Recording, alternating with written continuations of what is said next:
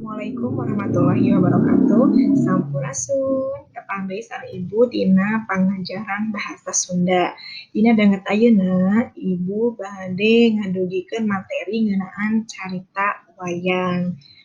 Tah sabeasana di dieu Ibu baris ngadugikeun kompetensi dasar, tujuan sareng KKM dina pangajaran bahasa Sunda materi ieu. Kompetensi dasarnya nyaeta menganalisis isi, struktur, dan aspek kebahasaan petikan cerita wayang. Mengkreasikan petikan cerita wayang secara lisan, tulisan ke dalam bentuk lain. Terus tujuanana sanggeus kaliwatan pangajaran ieu siswa teh bisa maca, ngaregepkeun jeung paham kana teks cerita wayang, ngajelaskeun deui kalawan merenah isi carita wayang dibaca, nyangkem struktur carita wayang, nyaritakeun deui carita wayang anu dibaca kalawan merenah, hatut amanat anu ditepikeunana. KKM-na nyaeta 75. Salajengna wangunan wayang, punten ieu tibalik. Wangunan wayang, carita wayang teh nyaeta carita anu sok dilalakonkeun dina pagelaran wayang. Tah carita wayang teh asalna ti India, di mana carita babona atau induk ceritanya teh tina carita Ramayana sareng Mahabharata. Tah Ramayana teh karyana Walmiki, pami Mahabharata itu karyanya biasa. Yang selanjutnya salajengna menurut Kamus dan Dibrata, wayang teh asal katanya dari kata bayang atau kalangkang Kamus bahasa Sunda. Artinya lalakon bayangan yang dikira-kira adeg pangadegnya itu manusia. Baik itu secara lahirnya ataupun batinnya diwujudkan oleh gerakan-gerakan wayang yang diperankan oleh dalang sambil diiringi oleh gamelan. Nah, ini anu apa teh ieu teh naon? Ieu teh mangrupa tokoh Pandawa 5. Tah paminu ieu eta tokoh punakawan nya. Salajengna aya rupa-rupa carita wayang.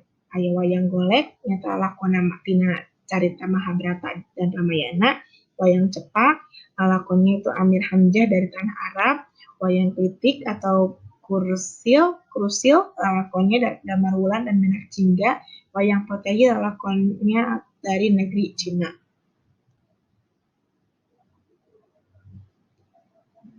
Ini teh unsur carita wayang, aya jejer atau tema, yaitu inti cerita dari awal sampai akhir, ada pelaku atau tokoh, watak dan karakter, latar atau setting ya, tempat, waktu dan suasana, galur dan runtuyan kejadian yang terjadi. Terus penentukan puse sawangan atau sudut pandang, amanat atau pesan yang akan disampaikan oleh si pengarang cerita wayang. Kemudian ada aya perbedaan carita wayang jeung dongeng. Carita wayang jeung dongeng aya bedana aya saruana. Nu kahiji perbedaan atau bebedaan dari carita wayang dengan dongeng. Bentuk ya, dilihat dari bentuknya. Bentuk cerita wayang itu panjang, beda dengan dongeng itu relatif pendek, bisa sekali baca. Kemudian pengarangnya itu lebih jelas daripada dongeng yang biasanya anonim, tidak diketahui siapa nama pengarangnya.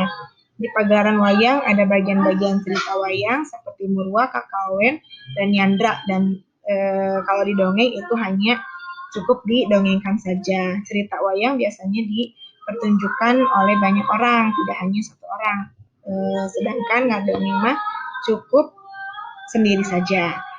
Di samping perbedaan ada juga persamaannya, di mana persamaan cerita wayang sama dongeng itu yang pertama sama-sama termasuk ke dalam karya sastra Sunda lama. Kemudian isinya itu mengandung unsur